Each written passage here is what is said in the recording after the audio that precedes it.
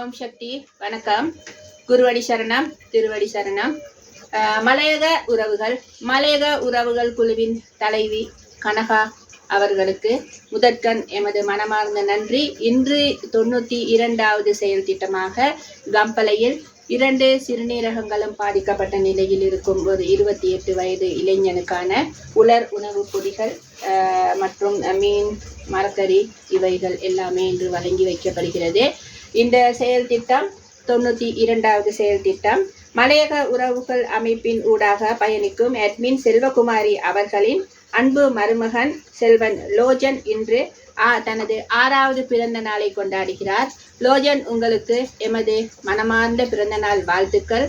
அத்துடன் செல்வகுமாரி, நீங்கள் உங்கள் நிதி அனுசரணையில் இன்று இந்த இளைஞனுக்கு வழங்கும் இந்த உலர் உணவு பொதிகள், அதுக்கு எப்படி நன்றி சொல்றதுன்னு தெரியல.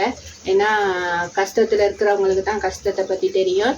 அதனால இந்த மாதிரி உதவிகளை நிறைய செஞ்சுக்கிட்டு வரவங்க எல்லாருக்கும் எங்களது மனமார்ந்த நன்றிகள்.